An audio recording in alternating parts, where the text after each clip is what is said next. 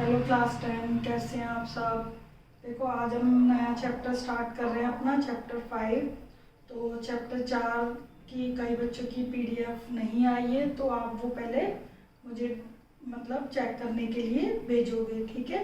फिर ये आप स्टार्ट करोगे, ओके। अब देखिए, ये जो चैप्टर है इसका नाम है अर्थमेटिक प्रोग्रेशन। ये आपके लिए बिल्कुल एक नया टॉपिक है, ओके। अब देखो, जैसे कि आपके पास कुछ नंबर्स हैं, ठीक है। उन नंबर्स के बीच कुछ ऐसा अरेंजमेंट, जो एक स्पेसिफिक, उसमें एक ऑर्डर हो कोई, ठीक है। कुछ स्पेसिफिक ऑर्डर हो, कुछ पर्टिकुलर नंबर ऐड हो रहा हो, सब्ट्रैक्ट हो रहा हो, मल्टीप्लाई हो रहा हो। तो इस टाइप के जो नंबर्स का सिस्टम है, अरेंजमेंट है, वो एक हमारा सीक्वेंस कहलाता है। जैसे कि फॉर एग्जांपल मैंने लिखी यहाँ पर 1, नेचुरल नंबर लिख रही हूँ मैं यहाँ पर, ठीक है। तो आप नेचुरल नंबर में ये देखते हो 1, फिर 1 ऐड किया 2, 3, 4, तो एक सीक्वेंस बना हुआ है। और वो सीक्वेंस एक स्पेसिफिक ऑर्डर, एक अरेंजमेंट से बना हुआ है, क्या कि +1 करते जाओ, आगे के नंबर्स मिलते जाएंगे। जैसे मैंने लिखी 2 की टेबल, 2, 4, 6, 8, तो मुझे ये पता है इसमें 2 2 ऐड करती जा रही हूँ, तो एक आगे एक मेरा नंबर्स का अरेंजमेंट बनता जा रहा है। तो इस अरेंजमेंट को हम सीक्वेंस कहते हैं। अब जैसे मैंने और सीक्वेंस लिखा, जैसे 1/2, 1/2 स्क्वायर यानी 1/4, 2 क्यूब 1/8, 2 की पावर 4, तो ये अरेंजमेंट हो गया है। एक मैंने लिखा 1, 1 3 जा 3, 3 3 जा 9, 9 3 जा 27, भाई मैंने 3 3 का मल्टीप्लाई करती गई, ठीक है। एक मैंने लिखा कि 3 + 4 + 5 + 6, ये किया 3, 3 में 4 ऐड किया, 4 में फिर 5 ऐड किया, 5 ऐड किया 12 है, 12 में 6 ऐड किया 18 है। इसी तरह 4, 5, 6, अगला क्या ऐड करूंगी 7, 8। तो ये सारे जो मैंने लिखे हुए हैं, ये सारे सीक्वेंसेस है।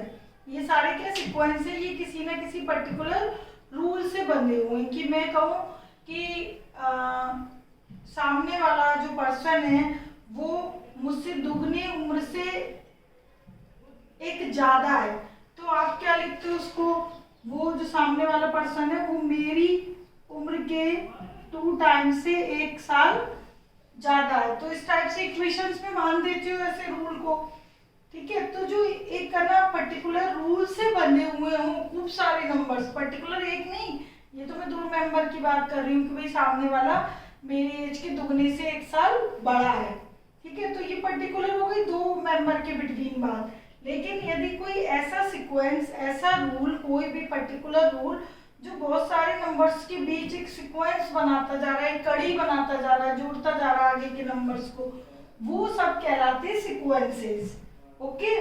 तो ये मैंने यहाँ पर कुछ सीक्वेंसेस लिखे हुए हैं, कुछ भी हो सकते हैं सीक्वेंसेस। जैसे कि और भी मैं यहाँ लिख देती हूँ, जैसे 1/2, 2/3, 3/4, 4/5, कि ऊपर का नंबर 1 तो नीचे का 2 एक ज्यादा है, ये 2 3 3 4 4 5, तो किसी भी टाइप के सीक्वेंसेस हो सकते हैं बहुत सारे, ठीक है। 2 का स्क्वायर +1, 2 का स्क्वायर +2, 2 का स्क्वायर +3, 2 का स्क्वायर +4, तो ये सारे सीक्वेंसेस है, ये किसी ना किसी पर्टिकुलर रूल से बंधे हुए हैं। बट अब इन सीक्वेंस में ये सारे क्या है, सीक्वेंसेस। इन सीक्वेंस में यदि मैं ये 2 सीक्वेंस देखती हूँ, तो इनमें पर्टिकुलर एक गैप है, फिक्स गैप है। इन सब में 1 1 का गैप है, इसमें 2 2 का गैप है, ओके। और इनमें कोई पर्टिकुलर गैप नहीं है, इसमें देखो मल्टीप्लाई हो रहा है, इसमें डिफरेंस है कि 2 ऐड कर दिया, 2 का डिफरेंस, फिर 2 ऐड कर दिया, इसमें 2 ऐड हो रहा है, ऊपर वाले में 1 ऐड हो रहा है। इधर देखो, इधर ऐड नहीं हो रहा, इधर मल्टीप्लाई हो रहा है, 1/2 फिर एक 1/2 का मल्टीप्लाई, फिर 1/2 अगेन मल्टीप्लाई। तो हाफ का इसमें मल्टीप्लाई हो रहा है और ऊपर वाले में एडिशन चल रहा है, ठीक है। इसी तरह इसमें 3 का मल्टीप्लाई हो रहा है 1 3, 3 का मल्टीप्लाई 3 से, फिर 3 से मल्टीप्लाई, ठीक है। इधर मल्टीप्लाई, इधर भी मल्टीप्लाई चल रहा है, इधर भी मल्टीप्लाई चल रहा है, इधर एडिशन रूल चल रहा है, ऐड होते जा रहे हैं नंबर, इसमें मल्टीप्लाई होते जा रहे हैं नंबर, ठीक है। और इसमें देखो कैसे बंद ऐड हो रहे हैं, पहले 4 ऐड हुआ, फिर 5 हुआ, फिर 6 हुआ, तो पर्टिकुलर एक नंबर ऐड नहीं हो रहा, ठीक है। और ये भी ऊपर एक है तो नीचे एक ज्यादा बड़ा है, इधर 2 नंबर का स्क्वायर है, उसके नंबर के आगे बढ़ते जा रहे हैं, ठीक है। तो हर एक का सीक्वेंस एक पर्टिकुलर रूल से बंधा हुआ है। तो पहले के दो जो हमारे सीक्वेंस हैं उनमें एक पर्टिकुलर नंबर ऐड हो रहा है जो कि हर एक टर्म में हो रहा है। तो इस टाइप के जो सीक्वेंसेस होते हैं उन्हें हम अरिथमेटिक प्रोग्रेशंस कहते हैं। इस टाइप के सीक्वेंसेस को क्या बोलते हैं? Arithmetic progressions. और भी लिखती हूं मैं 3 7, मैं यहाँ पे 4 ऐड कर रही हूँ, उसकी सीरीज बना रही हूँ 15, ये अपीयर, ये जो सीक्वेंस है इसमें देखो 4 ऐड हो रहा है, 3 + 4 7, 7 + 4 11, 11 + 4 15।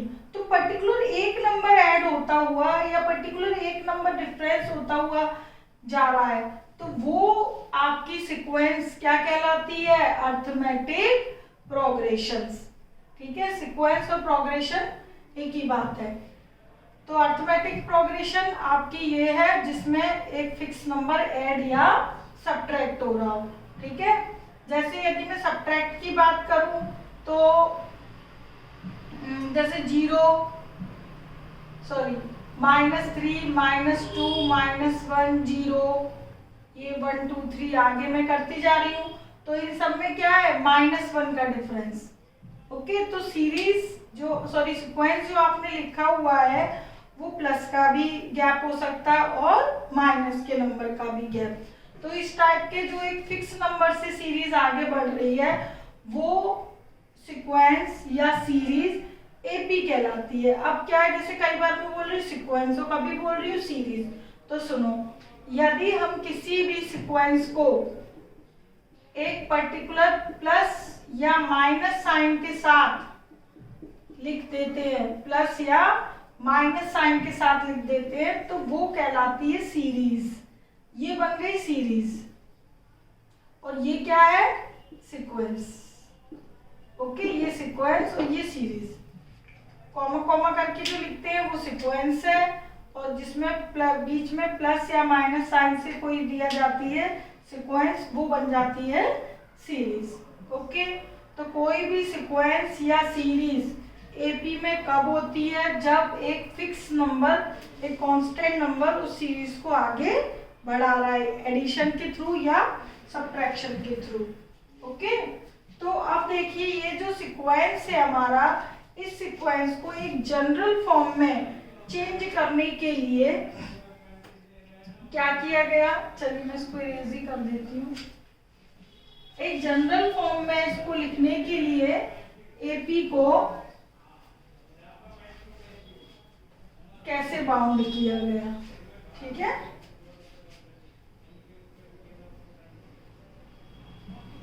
General term of an AP, ठीक है। तो देखो जैसे मैंने यहाँ पर आपका एग्जांपल लिया था अभी 3 7 11 15, ये ले लिया। अब ये जो ये क्या है?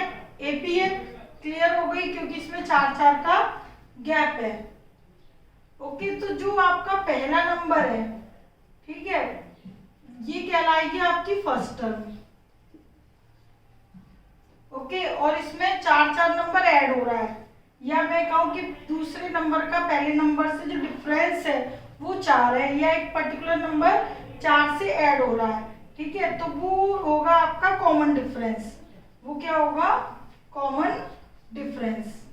तो यदि कोई भी आपके सामने ये सीक्वेंस लिखी हुई है और पर्टिकुलर आप कोई भी सीक्वेंस पूछना चाह रहे हो, इसे 4 तक की सीक्वेंस लिखनी है, मुझे आगे और सीक्वेंस लिखनी है, तो मैं डिफरेंस पहचान लूंगी कि 4 का डिफरेंस है, तो आगे मैं 4 और ऐड करती जाऊं तो आगे के नंबर भी लिखती जाऊंगी इजीली, कि मैंने पता कर लिया आगे के नंबर से।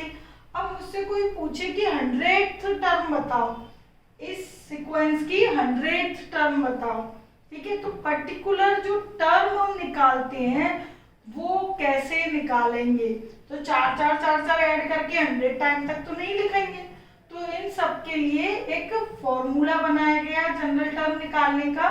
तो वो जनरल टर्म कैसे निकालते हैं, एपी को जनरल फॉर्म में कैसे लिखते हैं, AP it means arithmetic progression को, तो वो सारी चीजें आप यहाँ पर देखोगे। तो देखो एपी को जनरल फॉर्म में कैसे लिखते हैं, a plus d, a plus 2d, a plus 3d, a plus 4d and a plus n-1d। अब आप सोचोगे कि ये कैसे डायरेक्ट लिख दिया, तो देखो जैसे कि पहली term a1, a2, a3, a4 ups to n term, ठीक है, और ये इससे पहले n-1, इसके बाद n+1 और उसके भी हो सकती है आगे।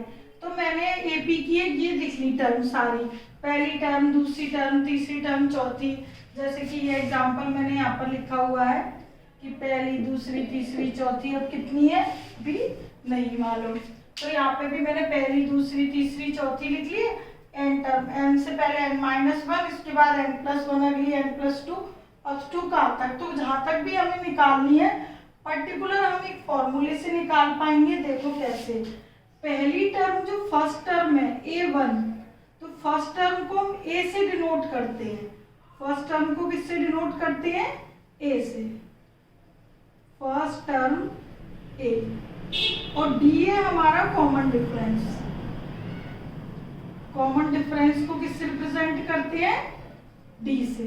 तो यहाँ पर ये पहली टर्म यदि a है, a1 a है, तो a2 यानी सेकंड टर्म कैसे आई, तो सेकंड टर्म देखो 3 के बाद मैंने 7 लगा, सेकंड टर्म कैसे है, डिफरेंस जोड़ के, इन दोनों के बीच कितना डिफरेंस था, 4 का, तो 4 ऐड करके आई ना, तो कॉमन डिफरेंस कितना है इस वाली क्वेश्चन के अकॉर्डिंग, एग्जांपल के अकॉर्डिंग 4, और पहली टर्म क्या थी 3, और मैंने ये देख लिया कि 4 का एडिशन है, तो कॉमन डिफरेंस क्या है, दो कंसेक्यूटिव टर्म्स के बीच जो डिफरेंस है वो कितना है 4, 3 और 7 के बीच डिफरेंस 4, 11 7 के बीच डिफरेंस 4।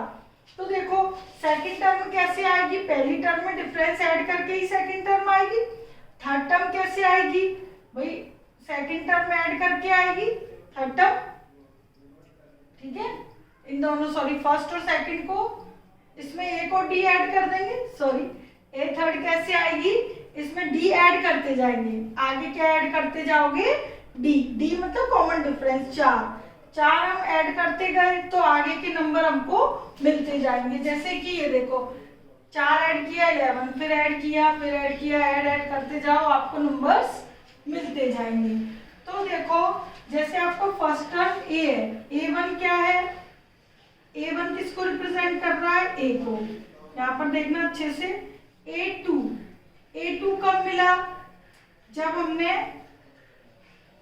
a1 में d ऐड कर दिया, यानी a प्लस डी, और थर्ड टर्म कब मिलेगी, जब मैं सेकंड टर्म में एक और d ऐड कर दूंगी, थर्ड टर्म कब मिलेगी, जब सेकंड टर्म में फिर d ऐड कर दूंगी, सेकंड टर्म मतलब a प्लस डी और प्लस d, तो क्या आ गया a plus 2d। Fourth term कैसे मिलेगी, थर्ड टर्म में फिर d ऐड कर दो, फोर्थ टर्म कैसे मिली मुझे, फिर मैंने इस वाली टर्म में थर्ड टर्म में फिर 4 ऐड कर दिया, अगली कैसे मिलेगी, फिर 4 ऐड कर दूंगी, 4 मतलब d कॉमन डिफरेंस, तो a3 प्लस d 4 आ जाएगा, तो 3 कितना था, a plus 2d plus d, तो a प्लस 3d। तो इस तरीके से हमें टर्म मिलती जाएंगी।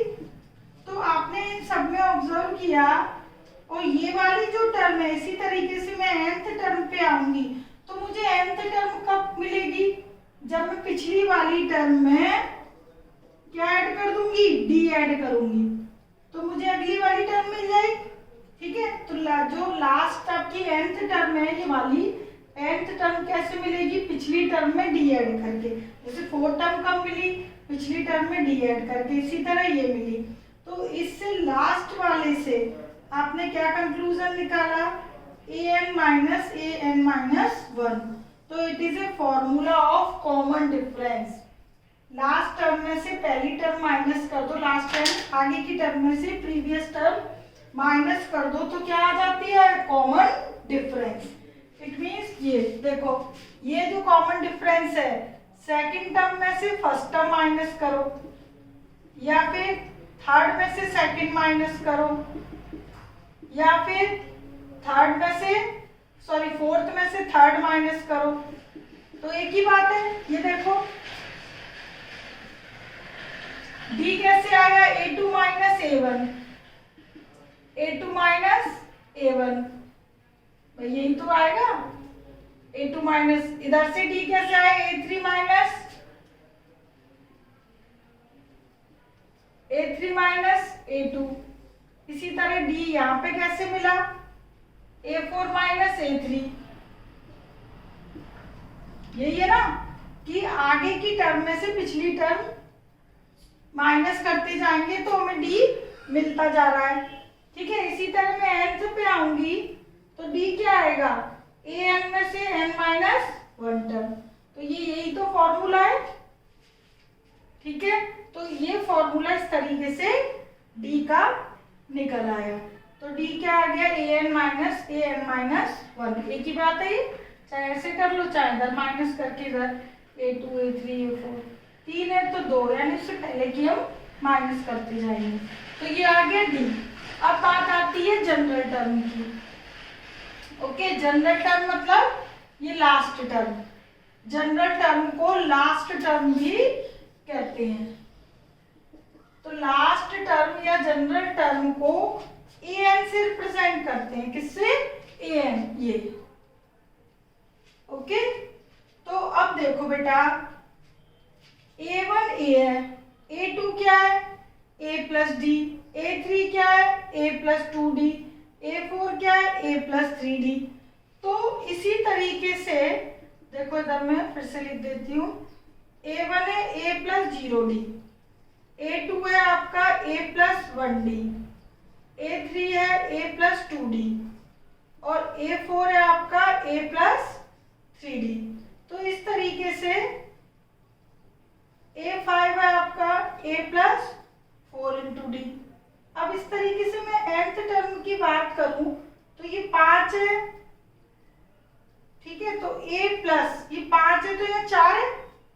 ओके, तो एक कम है ना, ये 4 है तो ये 3 है, ये 3 है तो ये 2 है, ये 2 है तो 1 है, 1 है तो 0 है, तो n है तो n से एक कम क्या होगा, n माइनस 1। तो ये सीक्वेंस की इसको बढ़ा के, इसी प्रोसेसिंग को बढ़ा के यदि मैं nth टर्म लिखना चाहूँ तो वो मुझे क्या मिली, an is equal to a plus n minus 1 into d. इसको मैं फेयरली यहाँ लिख देती हूँ। तो nth टर्म क्या होगी, a plus n minus 1 into D. It is a nth term of general term. Okay, ये तो एग्जाम्पल था। तो ये आपका nth टर्म का फॉर्मूला है, ये आपका कॉमन डिफरेंस d का फॉर्मूला है।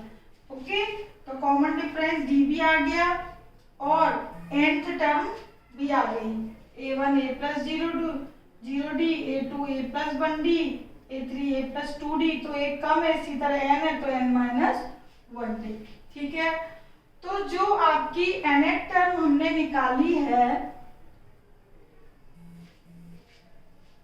वो, उसको हम nth टर्म को लास्ट टर्म भी बोल सकते हैं, जनरल टर्म भी बोल सकते हैं।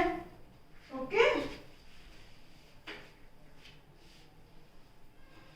तो आपकी जनरल टर्म, लास्ट टर्म और nth टर्म 3 टाइप से बोल सकते हो आप। तो आपकी जो nth टर्म आई है a plus n minus 1 into d है। तो an जो टर्म है बेटा उसको कई बार TN से लिखा मिलेगा, AN से या फिर L से, 3 चीजों से लिख सकते हो।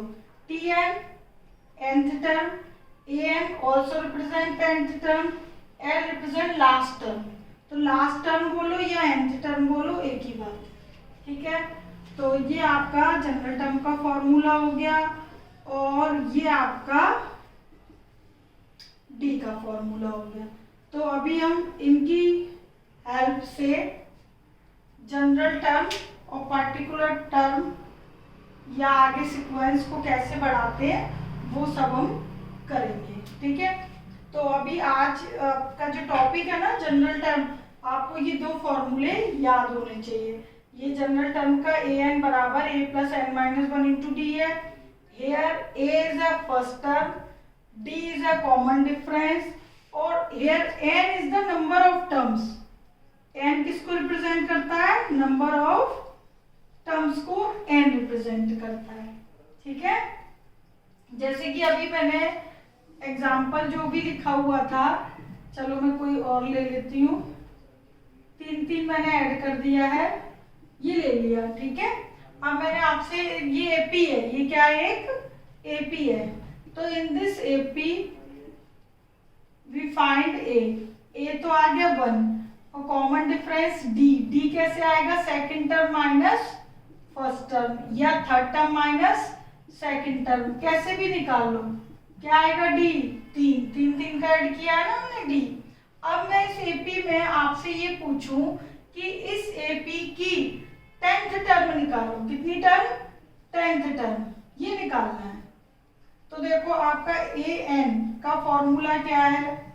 ये, तो मुझे क्या चाहिए? 10th टर्म, ठीक है। फर्स्ट टर्म तो 1 है, सेकंड टर्म 4 है, थर्ड टर्म 7 है, फोर्थ टर्म इतनी है, फिफ्थ टर्म 5 तक टर्म मालूम है, लेकिन मुझसे पूछी गई 10th। तो ऐसा नहीं कि मैं 3 ऐड कर करके लिखूं, क्योंकि 10 के अलावा हो सकता है वही बताओ ना 80th टर्म कौन सी होगी, ठीक है, 80 या 60 या 50, 51, 52, तो सारा थोड़ी लिखोगे। तो आप वो इस फॉर्मूले से करोगे, ओके। तो 10 टर्म पूछी है तो n की वैल्यू हो गई 10। ए फर्स्ट टर्म क्या है? 1। नंबर ऑफ टर्म्स कितनी है? 10 टर्म पूछी, डिफरेंस कितना है? 3। तो 1 प्लस 10 माइनस 1 9 इंटू 3, तो 27 प्लस 1 28। तो जो 10th टर्म होगी 10वें नंबर पे जो आएगा 4 4 4 4, वो 28 टर्म होगी। तो डायरेक्ट पर्टिकुलर कोई भी आपसे टर्म पूछी जाए तो हम इस फॉर्मूले से फाइंड आउट कर सकते हैं, ओके। तो ये आपका जनरल टर्म निकालने का फॉर्मूला था और किससे क्या रिप्रेजेंट करते हैं ये आपको पता ही चल गया है।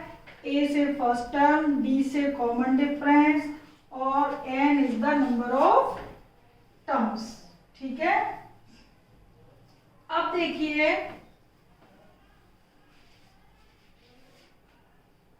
Term from the last, term from the last,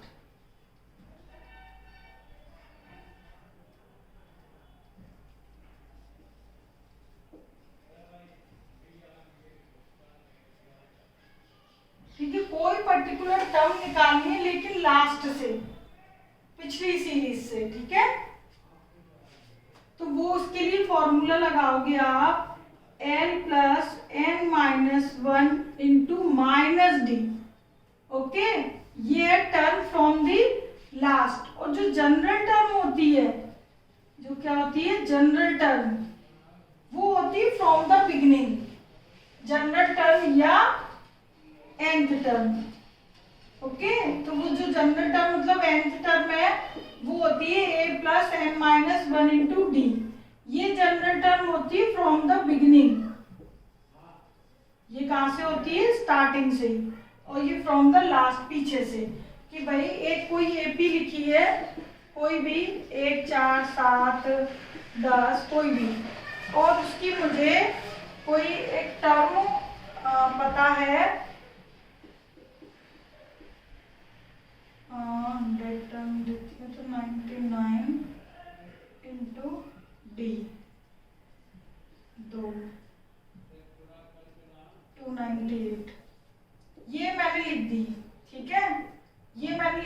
break through term. तो मुझे इसकी फिर जब पहले दूसरे नंबर ये पता है कि ए मालूम है, डी मालूम है इसका, ठीक है, और क्या मालूम है इसकी लास्ट टर्म मालूम है।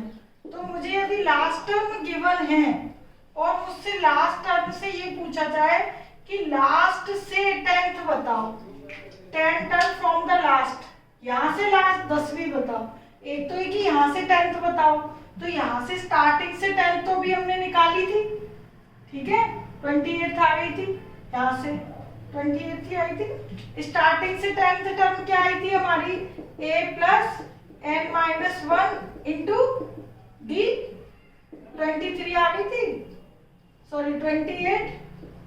ये 10th टर्म में स्टार्टिंग से 28, और मैंने पूछा लास्ट से 10th टर्म, तो वो क्या होगी, तो 10th टर्म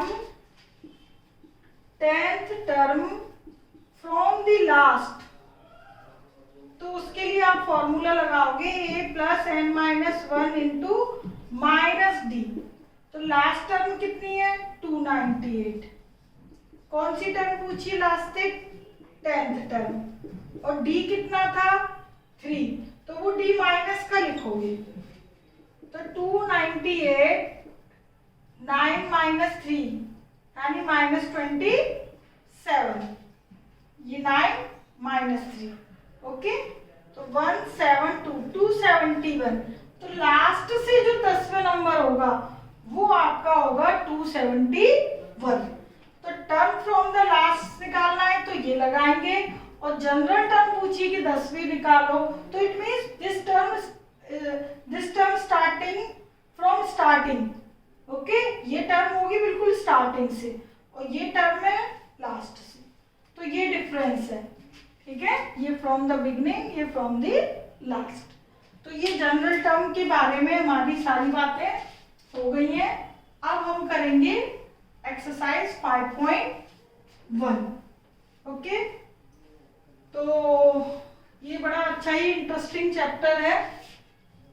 तो पहला है आपका, पहले क्वेश्चन में कुछ आपको सिचुएशंस दी है, हेडिंग आप लोग बुक में से पढ़ लेना, मैं बता ही दे रही हूँ कि आपको कुछ 4 सिचुएशन दी है। ये सिचुएशन पढ़कर आपको एक सीक्वेंस बनाना है और ये बताना है कि वो सीक्वेंस एक एपी है या नहीं है, ओके।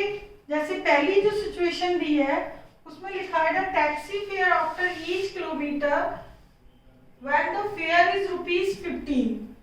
हर एक किलोमीटर का किराया टैक्सी का 15 रुपए है पहले किलोमीटर का, उसके बाद 8 है ईच एडिशनल किलोमीटर, और आप जितने किलोमीटर चलते हैं और आगे बढ़ते जाएंगे तो 8 रुपए आपका एडिशनल चार्ज होगा। तो एक तो एडिशनल चार्ज है, 15 फिक्स है। तो यदि मैं इसकी एक सीक्वेंस बनाती हूँ तो फॉर फर्स्ट किलोमीटर जो फेयर है टैक्सी फेयर वो कितना है ₹15, और नेक्स्ट किलोमीटर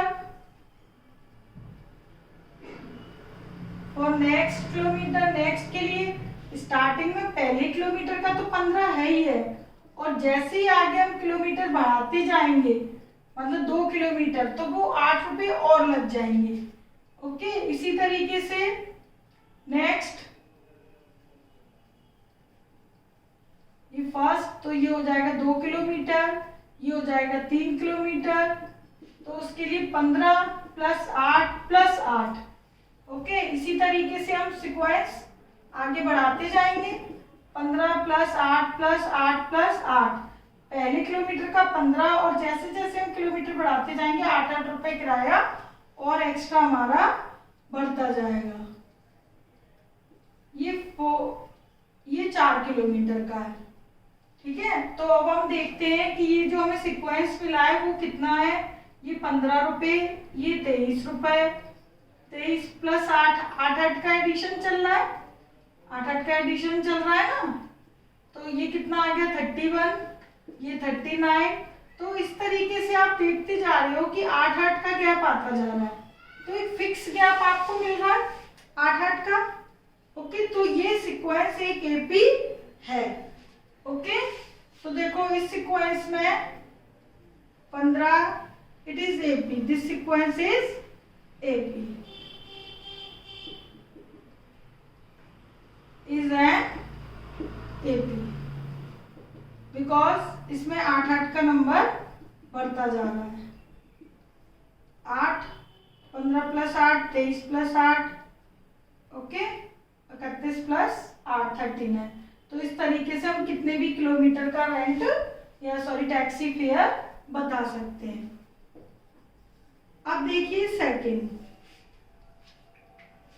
सेकंड में है the amount of air present in a cylinder when A vacuum pump removes 1/4 of the air remaining in the cylinder at a time. तो एक सिलेंडर में जितना भी एयर प्रेजेंट है, ओके, जितना भी अमाउंट इसमें प्रेजेंट है वैक्यूम पंप के थ्रू, उस एयर का मतलब जो भी एयर का वॉल्यूम है उसमें 1/4 एयर का यदि बाहर रिमूव कर लिया जाए, ठीक है, एक ही टाइम पे, तो क्या ये सिचुएशन एपी कहलाएगी? तो वही देख लेते हैं। Let b be the air present in cylinder. तो मैंने ये मान लिया वी, जो भी वॉल्यूम है मतलब एयर, ठीक है, उस सिलेंडर के अंदर जो भी एयर है उसको मैंने क्या कंसीडर कर लिया, एज ए वी, ठीक है, वी कंसीडर कर लिया।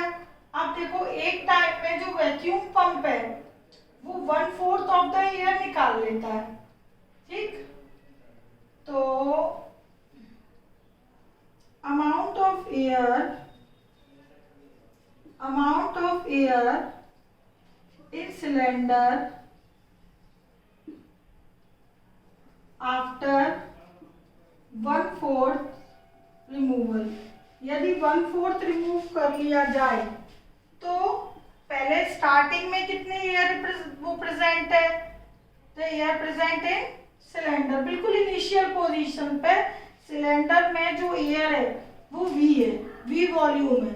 अब उसमें से 1/4 रिमूव कर दिया गया, वो पूरे वॉल्यूम का 1/4 वैक्यूम पंप के थ्रू माइनस कर दिया गया, हटा दिया गया, तो रिमेनिंग कितना बचा भाई, एलसीएम लोगे 3/4 वॉल्यूम। अब next amount of air in cylinder after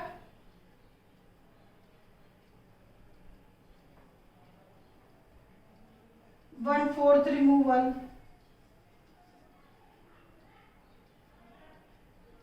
of 1/4 किसका, ऑफ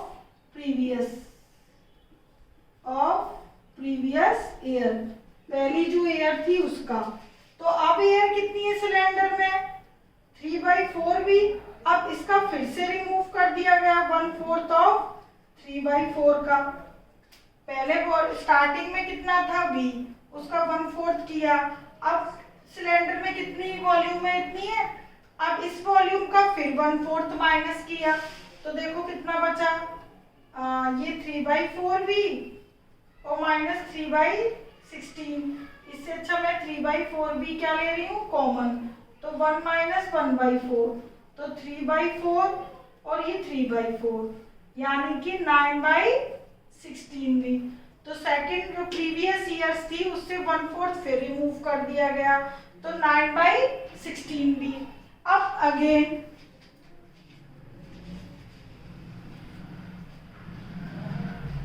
अब next amount of air in cylinder after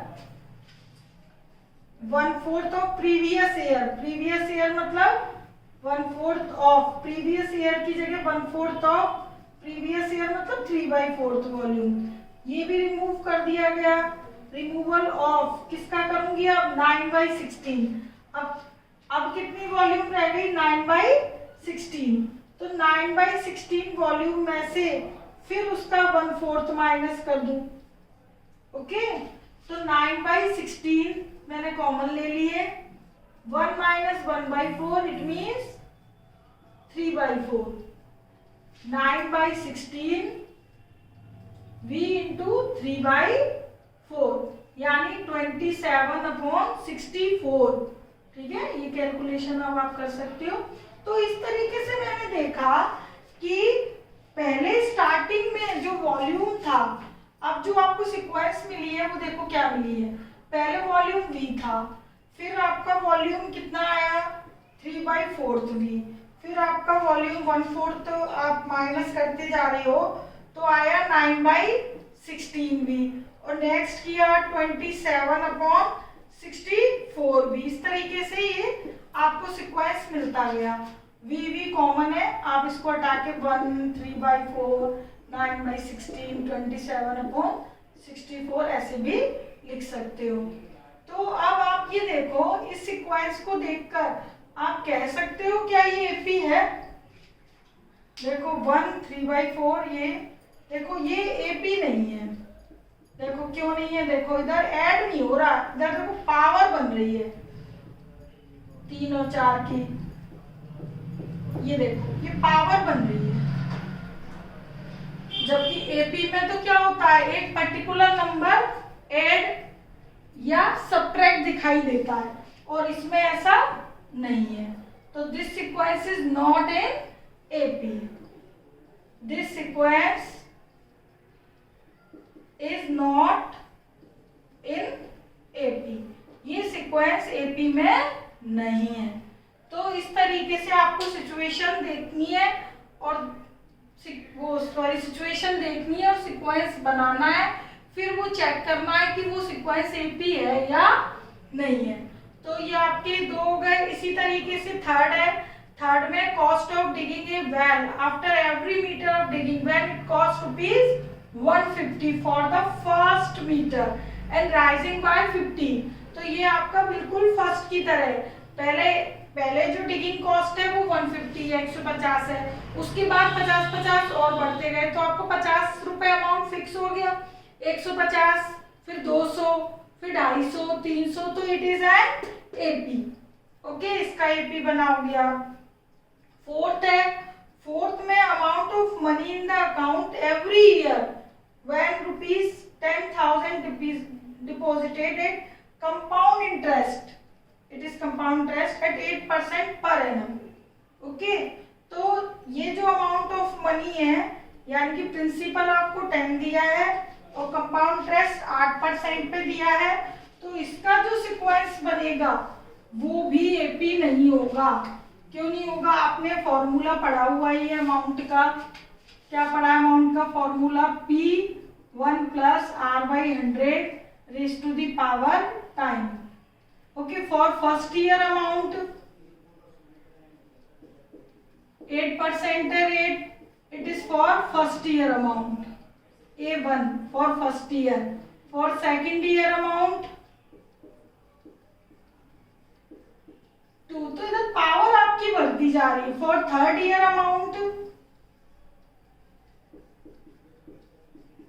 okay, तो इसमें पावर बढ़ रही है, आपका कोई नंबर ऐड नहीं हो रहा, ये इसकी तरह है, थर्ड की तरह। ओके, तो ये भी सीक्वेंस है जो फोर्थ पार्ट का है, वो भी एक एपी नहीं है। ओके, तो इसमें से दो, फर्स्ट और थर्ड तो एपी शो करते हैं, सेकंड और फोर्थ एपी शो नहीं करते। ओके, तो ये आपका हो गया क्वेश्चन फर्स्ट।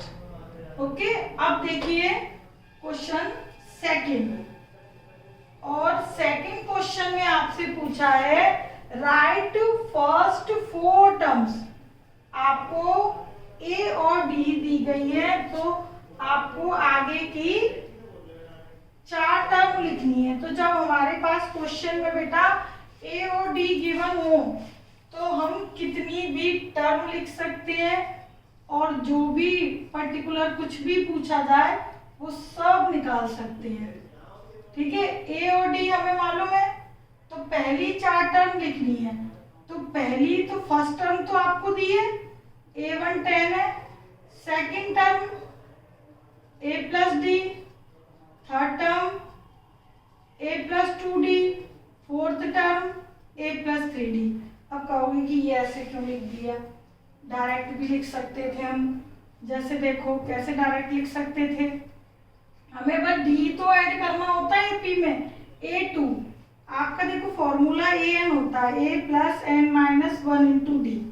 तो मैंने आपसे पूछा सेकेंड टर्म 2, तो 2 माइनस 1 डी, तो क्या आ गया A plus D. Third term पूछी जाए 3 माइनस 1, तो A प्लस 2D। तो यहाँ 3 है, यहाँ 2 है, यहाँ 2 है, ये 1 है, यहाँ 4 है, तो यहाँ 3 आएगा। यदि 10 पूछी जाए तो 10 माइनस 1, तो क्या आ जाएगा 9, तो 10 है तो 9। अब आपसे पूछी जाए 11, तो आप डायरेक्ट लिखोगे A प्लस 10D। डायरेक्ट तभी लिखोगे ना जब आपको ये चीज समझ में आ गई हो। तो मैं आपसे कहूँ ये 15th टर्म निकालो, तो आप लिखोगे A प्लस 14D। ओके, ये यही फॉर्मूला तो लगाया है, ठीक है भाई। ये 15 है, 15 A प्लस 15 माइनस 1, n है उससे कम ही तो करना है, ये 15 है तो ये कम हो जाएगा 14, ये 27 है तो ये 26, ठीक है। तो टर्म का डायरेक्ट भी लिख सकते हो आप, जो भी आपसे पूछी जाए, ठीक है। तो खैर चलो, हमें यहाँ पर 4 टर्म पूछी है, हम वो निकाल देते हैं पहले। A1 आपकी पहली टर्म खुद 10 है। अब पहली टर्म में A में A1 that is A, D add D मतलब 10, 10 ऐड कर दिया 20, अब फिर 10 ऐड कर दो 30, फिर 10 ऐड कर दो 40, ठीक है। अब ये तो मैंने D ऐड कर करके डायरेक्ट लिख दी है 4 टर्म, पहली दूसरी तीसरी चौथी 4 लिख दी। अब ये कि भाई ये क्यों लिखा, फिर तो देखो इससे भी वही आएगा, A10 D10 इंटू 2 आया ना 30, A10 3 इंटू डी आगे 40। तो आप ये आपकी इच्छा है, आप ये लगाओ या ना लगाओ, आप डायरेक्ट डी ऐड कर करके लिख सकते हो, ठीक है। तो डायरेक्ट जो लिखना है वो मैं नेक्स्ट क्वेश्चन में अपना डायरेक्ट ही लिखूंगी। A माइनस 1 है और D आपका हाफ है, तो मैं हाफ ऐड करती जाऊंगी पहली टर्म में। क्या ऐड करती जाऊंगी, हाफ। तो A और D फिक्स है, कॉमन डिफरेंस तो नेचुरली सारे AP है, तो इसलिए मैं AP से ही करती जा रही हूँ डिनोट। पहली टर्म खुद -1 है, अब इसमें मैं हाफ ऐड कर दूं, -1 में हाफ ऐड कर दूं तो क्या आएगा -हाफ, -हाफ में हाफ ऐड कर दूं 0, 0 में हाफ ऐड कर दूं हाफ, तो हाफ ऐड करती गई और AP मिलता जाएगा। जैसे इसमें डायरेक्ट यदि मैं लिखती तो पहली टर्म 10 है, फिर D ऐड करती गई, 10 ऐड कर दिया, फिर 10 ऐड कर दिया, फिर 10 ऐड कर दिया। तो ये 1-1 2-2 नंबर के क्वेश्चन है, डायरेक्ट लिख सकते हो। तो ये था 4th पार्ट। बीच बीच में से मैंने कुछ पार्ट लिख रखे हैं, कुछ आपके लिए छोड़े हुए हैं, तो आप करोगे उनको कंप्लीट। तो ये A तो 2 है, D 0 है, तो पहली टर्म आपकी 2 है। अब मैं 0 ऐड करूंगी, तो 0 ऐड करूंगी तो 2 ही आएगा, फिर 0 ऐड करूंगी 2 आएगा, फिर 0 ऐड करूंगी 2 आएगा। तो एक ही नंबर की जो रिपीटिशन है वो भी क्या शो करती है, AP। क्यों, क्योंकि इसमें फिक्स कांस्टेंट कॉमन डिफरेंस 0 है, तो कॉमन डिफरेंस एक है ना, चाहे 0 हो, चाहे 1 हो, -1 हो, कुछ भी हो, एनी रियल नंबर। ओके, तो इट इज ऑल्सो AP। अब जैसे देखिए एक और पार्ट है 5th। A है -1.25 और D है -0.25। तो A तो हमें मालूम ही है -1.25। अब -1.25 में -0.25 ऐड कर दो, ठीक है, माइनस में ये ऐड करेंगे तो 50 -1.50, फिर 0.25 ऐड कर दो, -1.75, फिर 0.25 ऐड कर दो, तो -2.00। ओके, तो इस तरीके से -2.00 मतलब -2, तो ये -0.25 ऐड करते जाओ तो हमें और छोटे नंबर मिलते जाएंगे, क्योंकि D माइनस का। ओके, तो कुछ नहीं करना है इसमें, सिंपल है, D ऐड कर करके A में D ऐड कर करके हम कितनी भी टर्म्स लिख सकते हैं। अच्छा, थर्ड है आपका for the following AP right A and D. तो थर्ड में आपको एपी दी है और ए और डी निकालना है, और सेकंड में ए और डी दिए थे और टर्म निकालनी थी। तो थर्ड में उल्टा दे दिया है कि भाई एपी आपको गिवन है, ओके, तो ए और डी लिखना है। तो फर्स्ट टर्म हमेशा एपी की ए होती है। डी कैसे निकालते हैं? डी निकालने का सिंपल रूल लिखा करो बस, सेकंड टर्म में से फर्स्ट टर्म माइनस करके दिखा दिया करो, डी आ गया। तो ए हो गया 3, डी आ गया -2, ओके। इसी तरीके से 0.6 और 1.7 ये पार्ट है आपका फोर्थ। मैंने बोला हुआ है, मैंने कुछ पार्ट लिखे हैं ना, बाकी आपको करने पूरे पार्ट। ये है तो ए आपकी फर्स्ट टर्म में 0.6, डी है 1.7 माइनस 0.6 तो 1.1, ओके। तो बस कुछ नहीं करना, डी कैसे निकालना है? सेकंड माइनस फर्स्ट टर्म से, ए आपकी फर्स्ट टर्म होती है। फोर्थ है आपका which of the following are AP. Fourth में आपको ये बताना है कि इनमें से कौन सी टर्म एपी है, और जो टर्म एपी है उसकी नेक्स्ट 4 टर्म आपको लिखनी है, ठीक है। तो जैसे फर्स्ट है आपका 2, 4, 8, 16। तो आपको पहले ये तो चेक करना है कि ये सीक्वेंस एक एपी है या नहीं है। तो उसके लिए आप डी चेक करोगे। डी कैसे चेक करोगे? Second term minus first term, also third minus second, 2 difference check करोगे at least, second minus first, third minus second. तो दोनों का डिफरेंस सेम आया, ये भी 2 आ रहा है और ये भी 2, अलग अलग लिख देती हूँ। तो ये भी 2, अच्छा सॉरी ये 4, 2, 4, 8, 16 है, ठीक है। तो ये डिफरेंस आया 2 और ये आया 4, और अगला निकालती तो 8।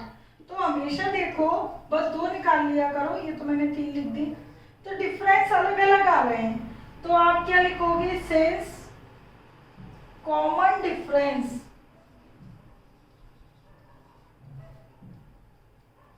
Are not same, is not same, so it is not in AP, यानी कि ये सीक्वेंस AP में नहीं है, ओके। आपको पता चल रहा है कि भाई अलग अलग है, यहाँ 2, 4, 8 ये ऐड हो रहे हैं, 2, 4, 8, ठीक है। तो आप ये जरूर बता सकते हो 2, 2 जा 4, 4, 2 जा 8, 8, 2 जा 16 ऐड होगा। सीक्वेंस को ऑब्जर्व करके बता सकते हो, बट ये एपी नहीं है। अच्छा, अब देखो सेकंड 2, 5/2, अगली जो सीक्वेंस है वो चेक करते हैं हम। पहली वाली तो नहीं है भाई एपी में, तो दूसरी भी एपी में नहीं है। मैंने कैसे बोल दिया भाई? नहीं है, सॉरी। देखो 2, 5/2, 3, 7/2, देखो हाफ हाफ ऐड हो रहा है। ए आपका 2 है, चलो डी चेक करती हूँ मैं। 5/2 -2 और 3 - 5/2, तो 5/2 में से 2 गए, हाफ आएगा। एलसीएम लोगे 4 आ जाएगा ना, तब 5 - 4, और ये 6 - 5 ये भी हाफ, तो डी सेम आ रहा है, आधा आधा ऐड हो रहा है, हाफ हाफ। देखो 2, 5/2, 3 में हाफ ऐड करेंगे 7/2, ठीक है। तो हाफ हाफ ऐड हो रहा है। Since common difference is same, it is common difference, so it is a AP, an AP, ये एपी है। और आगे की टर्म लिखने को बोला जाए तो आधा आधा ऐड कर दोगे 4, उसके बाद 4 के बाद आधा ऐड करोगे तो कितना आएगा? 9/2, ठीक है। उसके बाद 5, फिर आ जाएगा 11/2। तो इस तरीके से आपसे जितनी भी टर्म पूछी जाए आप लिख सकते हो। मैंने ये 4 लिख दी। अच्छा, इसी तरीके से एक और पार्ट मैंने और लिखे हुए हैं, 2 पार्ट। 2√2, ये देखो ये एपी है या नहीं, तो ए है 3, डी देखो चेक करती हूँ, देखो ये एपी है 3 में √2, फिर 2√2, फिर अगला 3√2, 4√2, आगे के नंबर आते जा रहे हैं, ये √2। अब मैंने सेकंड माइनस ये किया, second term minus, sorry third term minus second term, third term minus second, ये थर्ड माइनस सेकंड टर्म, ये सेकंड माइनस फर्स्ट, ये आ गया। मैंने ये सॉल्व किया, 3 से 3 क्या हो जाएंगे, कैंसिल। 2√2 में से एक √2 गया, √2, तो कॉमन डिफरेंस √2 आ रहा है, वैसे यहीं से दिखाई दे रहा था, ठीक है। तो since common difference is same, so it is N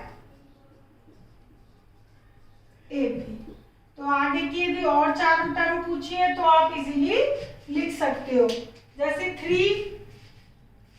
3 plus √2, 3 plus 2√2, तो अगली क्या होगी 3 प्लस 3√2, उससे अगली 3 प्लस 4√2, 3 प्लस 5√2, 3 प्लस 6√2, तो एक √2 ऐड होता जा रहा है, एक √2 ऐड होता जा रहा है क्योंकि √2 आ रहा है कॉमन डिफरेंस। ओके, इसी तरीके से आपका ये मैंने एक और पार्ट लिखा हुआ है 12। इस 12th पार्ट में ये आप लोग नोट कर लेना बाद में, अब आप खुद निकाल सकते हो इजीली सारे पार्ट। मैंने यहाँ पे केवल 4 पार्ट लिखे हुए थे, तो सबको निकालने का तरीका यही है। अब जो ये कंप्लीट रूट में दिए हों तो इनको पहले आप कैलकुलेट कर लो। 8 को 2√2 लिख सकते हो, 18 को 3√2, कैसे, जैसे ये देखो 2933, तो 3 बार आ जाएगा स्क्वायर रूट से 2। इसी तरह जो अगला होगा वो 4√2। ओके, तो ये देखो क्लियर दिखाई दे रहा है, 1√2, 2√2, 3√2, 4√2, तो डिफरेंस देखो √2 का डिफरेंस है।